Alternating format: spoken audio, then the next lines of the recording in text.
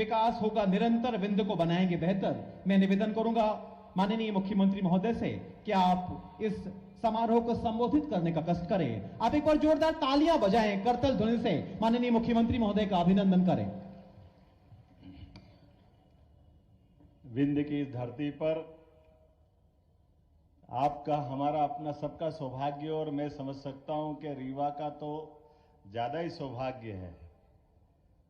मां रेवा के नाम पर ये रेवा का हमारे महाराज बैठे हैं। अमरकंटक इस पुराने राज्य का ही हिस्सा था, जहां मां रेवा का जन्म स्थान है अमरकंटक, उनके नाम पे ये रीवा है। हम सब सौभाग्यशाली हैं। और रीवा अंचल में ही भगवान राम ने अगर 11.5 साल अपना वनवास काल का व्यतीत करने का निर्णय किया, तो वो चित्रकूट भी आप ही का हिस्सा है। तो इसलिए जोरदार तालियां बजा करके मेरे साथ 2 हाथ खड़े ऊपर करके बोलिए, जय जय श्री राम, जय जय श्री राम। हम सबका सौभाग्य है आज का ये जो अद्वितीय पल है। और इस पल के लिए तो वर्तमान के दौर में खास करके 500 साल बाद यशस्वी प्रधानमंत्री के नेतृत्व में कानून और व्यवस्था के आधार पर जिस प्रकार से सुप्रीम कोर्ट के निर्णय का पालन हुआ है, मैं माननीय उप मुख्यमंत्री राजेंद्र जी शुक्ला, जोरदार तालियां बजाओ राजेंद्र जी के लिए। माननीय सांसद जनार्दन मिश्रा जी, जोरदार तालियां जनार्दन जी के लिए। भाजपा के जिला अध्यक्ष मेरे मित्र डॉक्टर अजय सिंह जी के लिए भी जोरदार तालियां बजाएं। हमारे विधायक गुड़ बहुत वरिष्ठ नेता नागेंद्र सिंह जी के लिए जोरदार तालियां बजाएं। नागेंद्र सिंह जी की लोकप्रियता ऐसी जबरदस्त है कि इस उम्र में भी नागेंद्र सिंह जी का नाम मात्र पार्टी रख दे तो पार्टी जनता परबारे जिता के पहुंचाती है। ऐसे हमारे अद्वितीय नेता है। हमारे इसी मंच पर विराजमान दिव्यराज सिंह जी, जोरदार तालियां बजा, मेरे अभिन्न मित्र हैं। आपके अपने यहां इसी रीवा साम्राज्य के महाराज रहे। हमारे लिए प्रदीप पटेल जी, जोरदार तालियां प्रदीप पटेल जी के लिए, विधायक है प्रदीप जी। यहां मंच पर मौजूद सिद्धार्थ, अब आप तालियां बजाते रहिए, नाम ज्यादा है और मेरे को 5:30 बजे के पहले वापस यहां से सबसे पहले खजुराहो जाना है। तो इसीलिए नरेंद्र प्रजापति जी, जोरदार नरेंद्र प्रजापति जी, सिद्धार्थ तिवारी जी, राजेश पांडे जी, अनिल पटेल जी, नीता कौल जी, प्रणव प्रताप सिंह जी, वेंकटेश पांडे जी, वीरेंद्र गुप्ता जी, श्रीमती प्रज्ञा त्रिपाठी जी, श्री राजेंद्र पांडे जी, सुरेंद्र चंदेल जी, श्रीमती ममता गुप्ता जी, श्री राम जी प्रजापति और हमारी इस अंचल की 2 मेरी मंत्रिमंडल के साथी बहनें, जोरदार तालियां प्रतिमा बागरी जी के लिए भी और राधा सिंह जी के लिए जोरदार तालियां बजाइए। देखो लोकतंत्र गौरवान्वित कैसे होता है। लोकतंत्र गौरवान्वित करने के लिए एक बार फिर यशस्वी प्रधानमंत्री नरेंद्र मोदी जी के लिए तालियां बजाएं, जिनके माध्यम से सरकार बनती है। सरकार के अंदर आने वाले मंत्रियों के लिए, चाहे मुख्यमंत्री हो तो एक अपने सामान्य परिवार का कार्यकर्ता, जिनको उठा करके कहां से कहां पहुंचाते ये नरेंद्र मोदी जी कर सकते हैं। जोरदार तालियां नरेंद्र मोदी जी के लिए बजाइए। भारतीय जनता पार्टी की सरकार में हो सकता है। और अपना रीवा तो आप तो 4 उंगली घी में और सिर कढ़ाई में, मेरे साथ तो डबल है। आपका उप मुख्यमंत्री भी अपने रीवा के और आपके दामाद भी रीवा के, कितना ज्यादा आनंद आया इस बात के लिए। और बचा कुचा थोड़ी बहुत कसर अगर थी तो पहली बार वाले विधायक दोनों बहनें भी आपकी रीवा अंचल की, जोरदार तालियां बजाएं राधा सिंह जी के लिए, प्रतिभा जी के लिए। हमारे यहां पद का महत्व नहीं है, व्यवस्था में कार्यकर्ताओं को प्रशिक्षित करने का महत्व है। और इसी कारण से लोकतंत्र जिंदा किस बात के लिए होता है।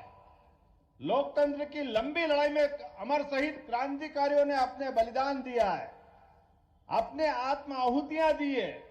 और रीवा का तो मैंने अपने दिव्यराज सिंह जी से सुना है, रीवा हमारा वो साम्राज्य है जब मुगल सत्ता ने तलवार के दम पर अच्छे अच्छे को परास्त किया, तो रीवा साम्राज्य ने हमारी सनातन संस्कृति को बचाने के लिए सदैव युक्ति बुद्धि से अपना रास्ता निकालते निकालते पूरा सनातन धर्म को बचाने का प्रयास किया। मैं इस बात के लिए आनंदित भी हूं कि हां, रीवा का अपना वाकई समय आ गया विकास का। जोरदार तालियां बजाओ, अब कोई कोर कसर बाकी नहीं रहेगी रीवा के लिए। हमने अपने काम के आधार पर यशस्वी मुख्यमंत्री से शिवराज सिंह जी चौहान पूर्ववर्ती मुख्यमंत्री ने जब अपने विकास के कारवां को बढ़ाया यशस्वी नरेंद्र मोदी जी के नेतृत्व में, तो हमने पुनः संकल्प लिया कि आपने जहां तक बढ़ाया है हम उससे 4 गुना आगे ले जाने के लिए संकल्पित है। इसलिए आपकी कोई योजना, किसी प्रकार के विकास के काम को बगैर बंद किए और नए नए कीर्तिमान बनाएंगे, नई नई ऊंचाइयों पे ले जाएंगे।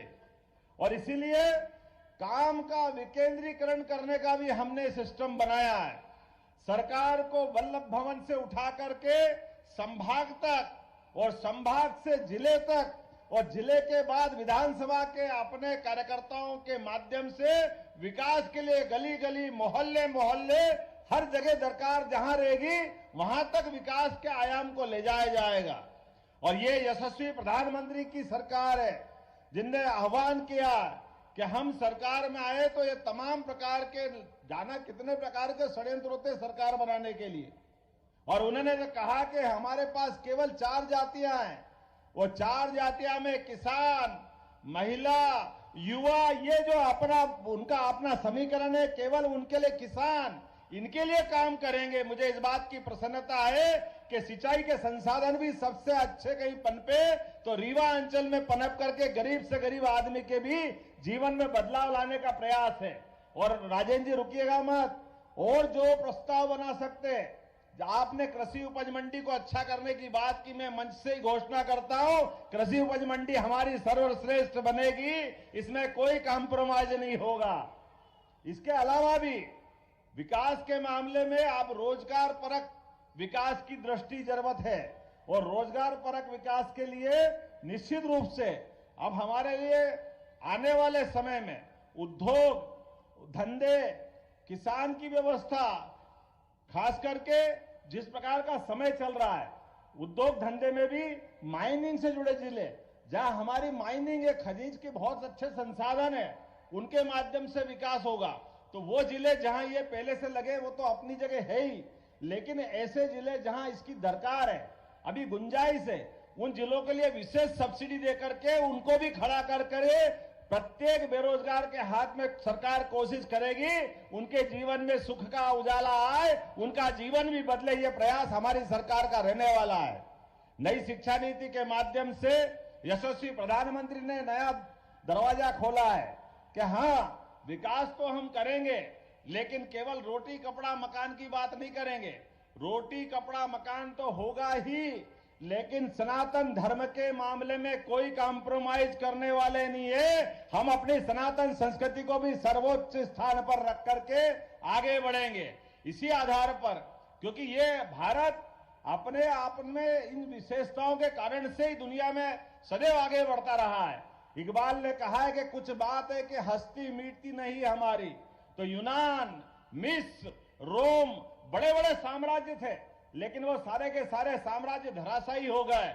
लेकिन हमारे अपने इस भारत की विशेषता है, ये अपने यहां पर अपनी परंपराओं के साथ अपने पुरखों के बनाए वो उच्चतम मापदंड, उनको सबको स्थापित करके चलता है। इसलिए प्रभु राम में आस्था करने का मामला हो तो हां कहता कि हां हमारे पूर्वज थे। अब ये अलग बात है कि उसके मामले भी लोग राजनीति करते हैं। जिनको राजनीति करना वो राजनीति करे, उसकी परवाह भारतीय जनता पार्टी न कभी करी है न कभी करेगी। प्रभु रामचंद्र जी ने सारा जीवन अपना कदम कदम पर पूरे भारतवर्ष के लिए समूची मानवता को धन्य करने के लिए गुजारा है। आज भी बच्चा बच्चा सबका सपना होता है कि राम राज्य होना चाहिए। भगवान राम को इस पृथ्वी पे अवतरित हुए 17 लाख साल से ज्यादा साल हो गए, लेकिन आज भी रोम रोम में राम समाये हुए हैं। और एक तरफ हम जब राम की बात करते तो हमको मालूम है आज भी बड़े दुर्भाग्य के साथ कहना पड़ रहा है। अरे भाई, सुप्रीम कोर्ट ने निश्चित कर दिया है, सुप्रीम कोर्ट से तो बड़ी कोई कोर्ट हो नहीं सकती है। सुप्रीम कोर्ट ने निश्चित किया कि हाँ, अयोध्या में भगवान राम का मंदिर बनना चाहिए, वो मार्ग प्रशस्त होना चाहिए। मुझे इस बात की प्रसन्नता के मुस्लिम बंधुओं ने भी, जो पिटिशनर थे, उनने भी कहा कि हाँ, हमको भी सहमति है, हम ये भगवान राम का मंदिर अयोध्या में बनना चाहिए। लेकिन अभी भी कांग्रेस के कुछ नेताओं का पेट दुख रहा है, अभी भी वो मानने को तैयार नहीं कि वह मंदिर बनना चाहिए। कोई इनको छोड़ने वाला है क्या? आप बताइए, ऐसे लोगों को कोई माफ करने वाला है क्या, जो प्रभु राम के मामले में अड़ंगा लगाए? जीते जी पहले कह रहे थे प्रभु राम की बात करते हो, मंदिर वहीं बनाएंगे, तारीख नहीं बताएंगे। अब जब तारीख भी बता दी, मंदिर भी तैयार है, 22 जनवरी को हमारा अपना प्रभु राम के गर्भगृह में प्रवेश का भी मामला है, तो अब कह रहे हैं दूसरा मुद्दा खड़ा कर दिया। अरे भाई, वो मूर्ति कहाँ है? अरे भैया, तुम्हारा तो भरोसा ही नहीं था राम में, तो भगवान को कहाँ ढूंढ रहे हो? भगवान तो हमारे और आपके दिल में, जो प्रभु को राम को माने वो राम के। आपने तो केवल राजनीति की है। ऐसे राजनीति करने वालों को मैं निश्चित कह सकता हूं कि आज जिस प्रकार से जन आभार यात्रा के माध्यम से वैसे तो प्रदेश भर में माहौल बना है, लेकिन रीवा ने सबसे ऊंचा छक्का लगाया है, सबसे ऊंचा अपना आज का परचम लहराया है। मैंने इतने खराब माहौल में भी, जब बारिश, कोहरा, शीत, तमाम प्रकार के अवरोध, परमात्मा अपनी परीक्षा ले रहा है, लेकिन रीवा के लोगों ने और पूरे रीवांचल के लोगों ने जो स्वागत किया है, तो मैंने भी संकल्प किया है, परमात्मा की दया से अगर सरकार के मुखिया का जवाबदारी दी है, तो राजेंद्र जी और हम सब मिलकर के कोई कोर कसर नहीं बाकी छोड़ेंगे, प्रत्येक क्षेत्र में अपन आगे बढ़ेंगे, क्योंकि हमारी जवाबदारी है।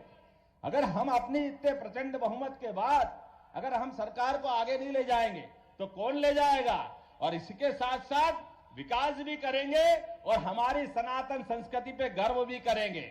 मुझे इस बात की जानकारी है कि यहाँ पाणिनि संस्कृत विश्वविद्यालय का एक केंद्र बनने वाला है। 20 करोड़ की लागत से उसका हमने सेंटर का विकास करने की बात कही है। अगर 100 करोड़ भी लगेंगे राजेंद्र जी, तो निश्चित रूप से उसमें भी कोई कोर कसर नहीं बाकी रहेगी। जिस जिस क्षेत्र में भी पैसा लगेगा, जो विकास का काम की आवश्यकता होगी, वो सारे के सारे काम होंगे। और आज हमने संयोग से, मैंने कहा था कि यहां पर मैं जहां जा रहा हूं, केवल आभार रैली नहीं कर रहा हूं, केवल भाषण नहीं दे रहा हूं। हमारे सभी माननीय विधायक, सांसद, मंत्री, इनके संभागों के साथ लॉ एंड ऑर्डर की बैठक। आप बताइए, वर्षों वर्षों से थाने बने हुए थे, लेकिन थानों की सीमाओं को लेकर जनता की कठिनाइयों के लिए अभी बहुत इस बात में गुंजाइश थी। हमने निर्णय किया कि थानों की सीमा बदली जाएगी और जहां जहां नजदीक से नजदीक लॉ एंड ऑर्डर के लिए व्यक्ति पहुंच सकता है, 31 जनवरी के पहले पहले उसको दुरुस्त किया जाएगा। हमारे कार्यकर्ताओं का तो ठीक है, आम जनता का भी मान सम्मान के मामले में कोई भी प्रशासन का अधिकारी बदतमीजी करेगा, हमारी सरकार बर्दाश्त नहीं करेगी किसी कीमत पर। वो कितना भी बड़ा अधिकारी क्यों न हो, सरकार का मतलब जनता की सरकार है, गरीबों की सरकार है, जनता के बीच से चुन के आते हैं, तो जनता का सम्मान करना हमारा भी दायित्व है और अधिकारियों का भी दायित्व है। इस मामले में कोई कॉम्प्रोमाइज नहीं किया जाएगा। जो शासन के निर्णय हैं, हम शासन के सभी निर्देशों का यथायोग्य पालन कराने के लिए कटिबद्ध है। इसलिए शासन ने जो जो निर्णय किए, उन सारे निर्णयों का पालन कराने के लिए हमारी सारी संभागीय बैठकें तय हो गई है। उन बैठकों के अंदर एक एक एसीएस तय किए हैं।